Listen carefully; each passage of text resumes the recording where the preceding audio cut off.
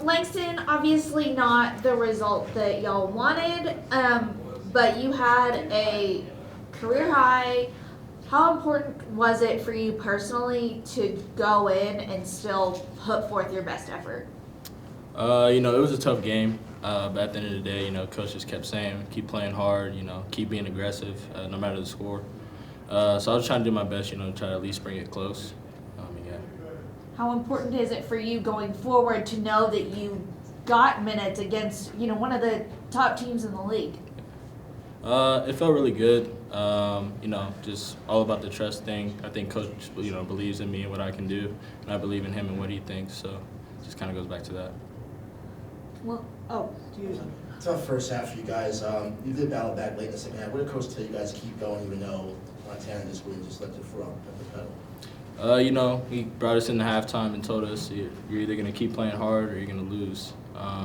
We tried to do our best, change up a couple things, tried to do the best that we could. What is it that they did tonight that made you guys struggle offensively, shooting-wise? We got a lot of good shots. I think it was just one of those nights, just off night. All the shots that we usually hit just weren't there tonight. But, we'll clean it up and pick it up.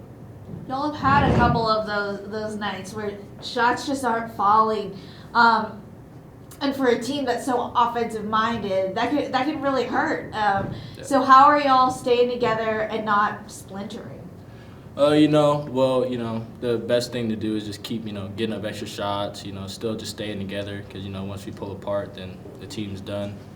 Just trying to keep our confidence still taking good shots and things like that. Good. Thank you. Like, Thanks. Coach, you open your statement about the game.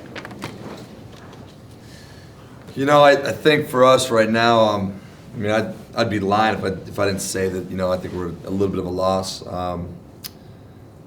This is our 15th game, right? So we're 30 games this year, so we're halfway in, and where we were, I guess 5 games ago, playing well, it's not just winning and losing, playing well, and we're not there right now. So.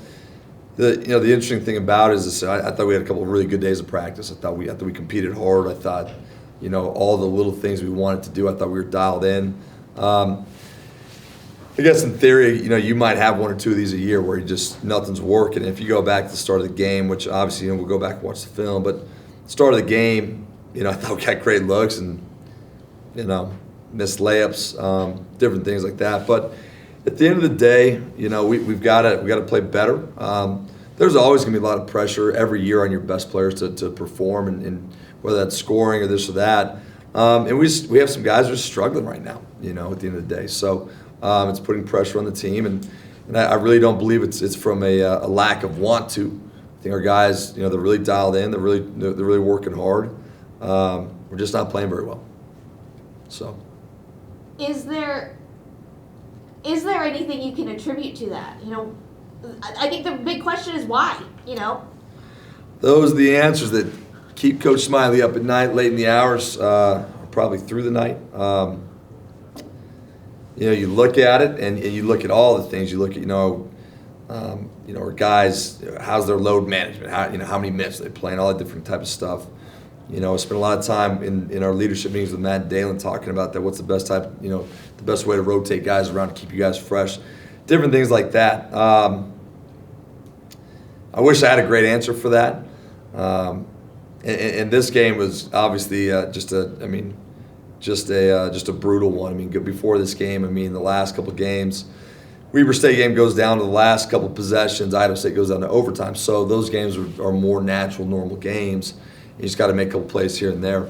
Tonight was a absolute disaster, and so you go back to it.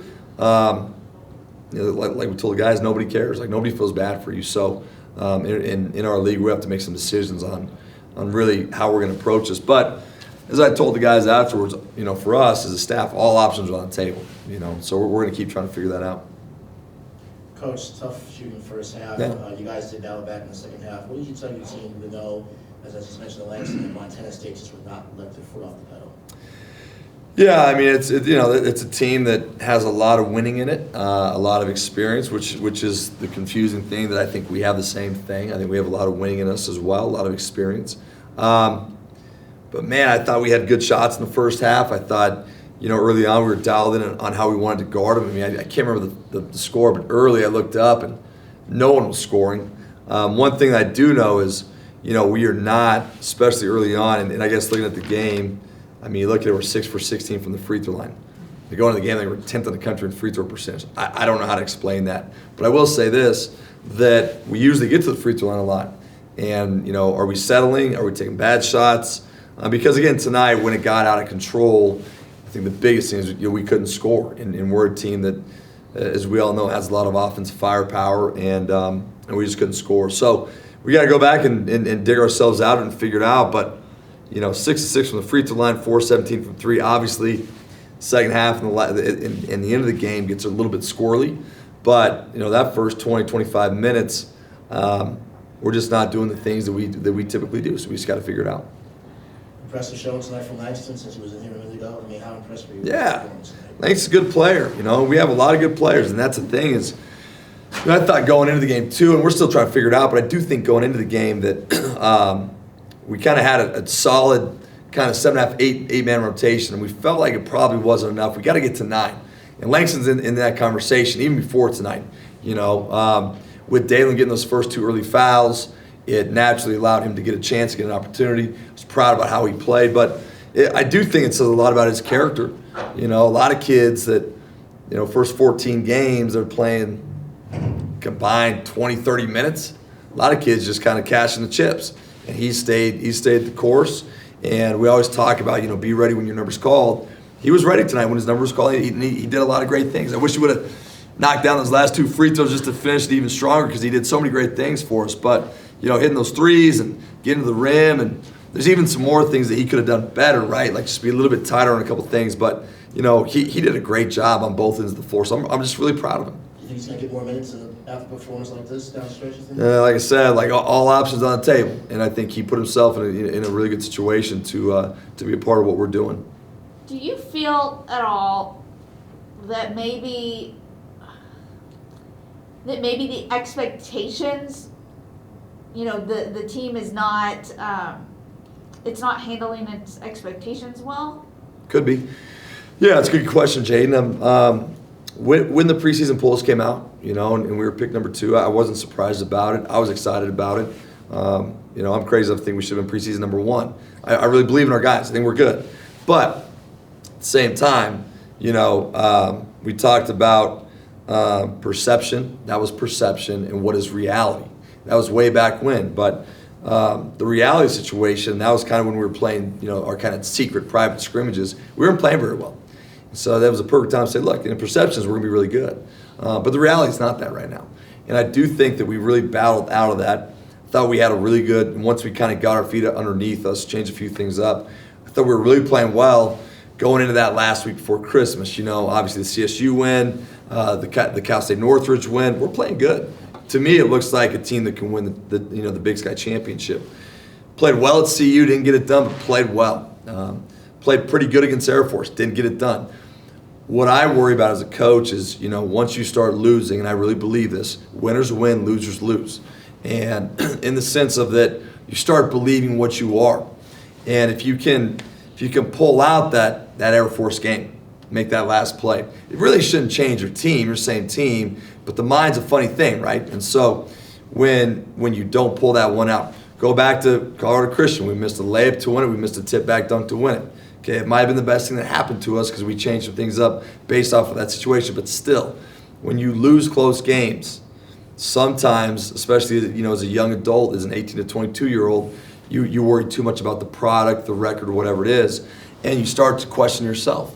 I don't question ourselves. I'm disappointed. I'm not happy about this, but I know we're good. I believe in what we're doing. But at the same point in time, that I do think going back to the reality situation, I think our guys are probably a little bit shook right now. Obviously, after this thing, you have to be. But again, we have less than 48 hours to figure it out. So we got to keep pushing. And the best thing I'll say is the silver lining is this: if this were college football, yeah, your season's pretty much done, right? You're not going to get to a bowl game. It's done. But in college basketball, when you got to win 3 games and play your best in March, and we have a talented team, there's a lot of time to figure it out. Now, there's urgency too. I'm not saying I was figured out in a month, and we got to figure it out now. But there's that silver lining that we can get this thing going. There's a lot of winning in this team. It's just not coming out right now. We got to figure out how to get it out. And that's on me. So then, lastly, like I asked Langston, how, as a head coach, how do you keep the team from splintering? yeah, I mean, it puts a lot of pressure on you, and I think you got to look at it. You got to keep these guys together, and you also got to make tough decisions. I think the definition of insanity is doing the same thing over and over and over, right? Okay. Right now, it ain't working very well, so we got to look at it. But at the same point in time, it's like I told the guys that we've built up a lot of winning in this locker room, a lot of culture, a lot of care over the course of 7 years, going all the way back to. When I got here with Coach Leonard, there's been a lot of time to build into this. It takes a long time to win. We are not winning right now. We have to figure it out. But just understand that, like, splintering's, it's just not. It's not an option. We're not going to let it happen. This thing played out the way it played out. Didn't work well. We're going to have to figure it out. Go back to the drawing board. Thanks, Coach. Cool. Thank you.